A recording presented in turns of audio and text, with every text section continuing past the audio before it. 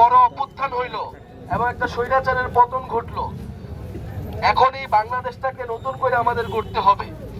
কারণ বাংলাদেশ যদি আরেকটা স্বৈরাচার আসে, আগের মতোই সব সিস্টেম চলমান থাকে, আগের সিন্ডিকেট থাকে, আগের দুর্নীতিবাজ থাকে, জাস্ট মানুষ বদলাইলো কিন্তু সিস্টেম একই থেকে গেল, তাইলে এইটা জনগণের কোনো উপকারে আসবে না, মানুষের কোনো উপকারে আসবে না।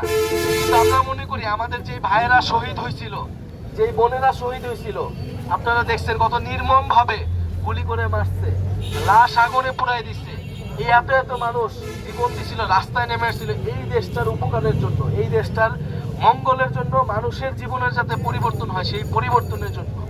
শুধুমাত্র ক্ষমতার জন্য, স্বার্থের জন্য তারা কিন্তু কেউই নামে নাই, আমরাও নামি নাই। ফলে এই যে এতগুলো মানুষ শহীদ হইল, জীবন দিল, তাদের রক্তের প্রতি ঋণ শোধ করার জন্য আমাদেরকে এই দেশের জন্য কাজ করতে হবে। ফলে আমরা একটা নতুন রাজনৈতিক দল গঠন করছি, খুবই অল্প কয়েকদিন হয়েছে, 4 মাস মাত্র হয়েছে। আমরা এই 4 মাসের মধ্যে মানুষের অভূতপূর্ব, মানুষের আপনাদের কাছ থেকে আমরা অনেক সাড়া পাইতেছি।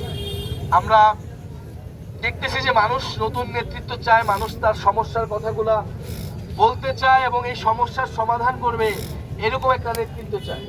মানুষ অনেক আশাহত হয়েছে, মানুষ একই রাজনীতি বছরের পর বছর দেখতেছে, একই ধরনের রাজনীতি, হয়তো দল ভিন্ন, কিন্তু এবার মানুষ আসলে নতুন একটা রাজনীতি দেখতে চায়, যে রাজনীতি প্রকৃতপক্ষেই জনগণের রাজনীতি, নাগরিকদের রাজনীতি করবে। আমাদের দলের নাম আমরা দিচ্ছি নাগরিক পার্টি, কারণ আমরা মনে করি বাংলাদেশের প্রতিটা মানুষ হইল একজন নাগরিক, আর রাষ্ট্রের নাগরিক হইলে সে সরকার থেকে কিছু সুযোগ সুবিধা পায়, সে শিক্ষার অধিকার পায়, স্বাস্থ্যের অধিকার পায়, চিকিৎসা পায়, তার কাজের অধিকার পায়।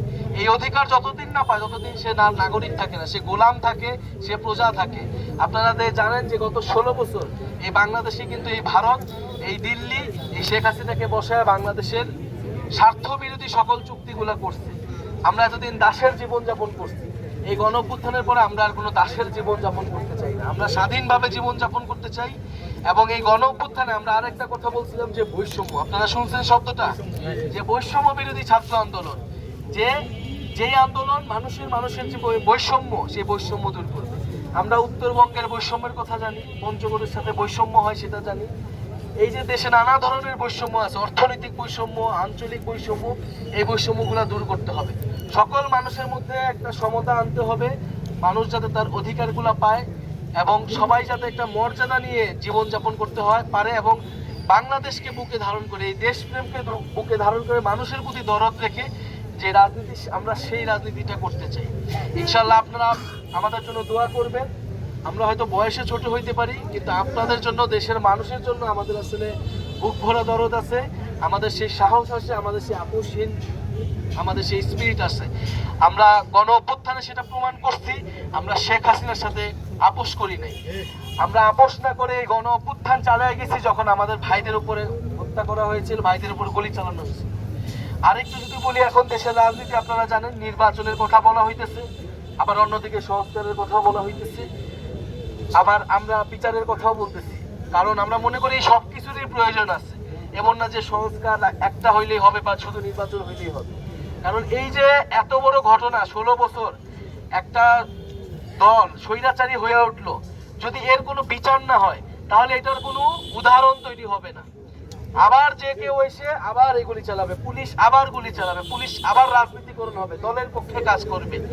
আমরা চাই পুলিশ নিরপেক্ষভাবে কাজ করবে, প্রশাসন নিরপেক্ষভাবে কাজ করবে, কোর্ট কাছারি নিরপেক্ষভাবে কাজ করবে।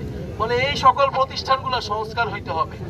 এবং যারা এই 16 বছর আপনাদেরকে জুলুম করছে, নির্যাতন করছে, চাঁদাবাজি, দুর্নীতি, সন্ত্রাস করছে, তাদেরকে গ্রেফতার করতে হবে। যারা আন্দোলনে গণহত্যা করছে তাদের অবশ্যই বিচারের আওতায় আনতে হবে, এবং সবার আগে আনতে হবে ওই শেখ হাসিনাকে।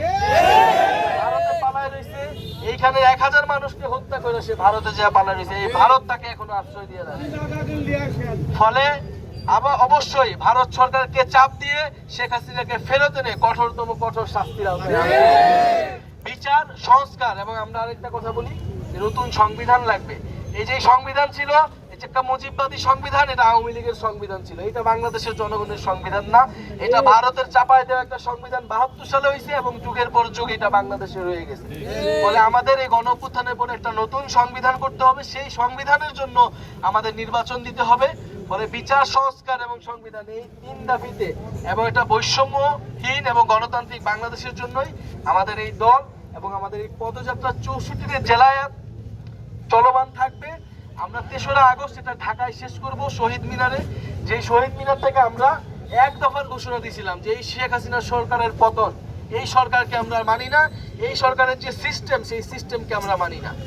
ফলে সেই 3রা আগস্ট আমরা যে আপনাদের সাথে কথা বলতেছি, আপনাদের কথাগুলো শুনতেছি, আমরা এই সকল কথাকে একত্রিত করে একটা ইশতেহার তৈরি করব। জুলাইয়ের ঘোষণাপত্র সরকার দেওয়ার কথা বলছে, আমরা সেই ইশতেহার সেই কথাগুলো বলবো যে জুলাইয়ের ঘোষণাপত্র যাতে থাকে, নতুন সংবিধানে যাতে মানুষের কথাগুলো থাকে। এবং সেই 3রা আগস্ট আপনাদেরকে আমরা ঢাকায় যাওয়ার আমন্ত্রণ জানাচ্ছি। আপনারা ঢাকায় আসবেন, আমরা শহীদ মিনারে প্রোগ্রাম করব। আর আপনারা আপনাদের পরিবারে, আপনাদের এলাকায় বলবেন এনসিপির কথা। আমাদের নতুন মার্কা শাপলার জন্য আমরা আবেদন করছি। আপনারা যদি চান, জনগণ যদি চায়, ইনশাল্লাহ শাপলা মার্কা আমরা পেয়ে যাব নির্বাচন কমিশন থেকে। শাপলা এবং এনসিপি এবং এই তরুণ প্রজন্ম বাংলাদেশের মানুষের সাথে, গরিব মানুষের সাথে, মজলুম মানুষের সাথে সবসময় থাকবে, তাদের অধিকারের পক্ষে লড়াই করবে। ইনশাল্লাহ আপনারা আমাদের প্রতি সেই আস্থা রাখবেন, আমরা আপনাদের জন্যই কাজ করব।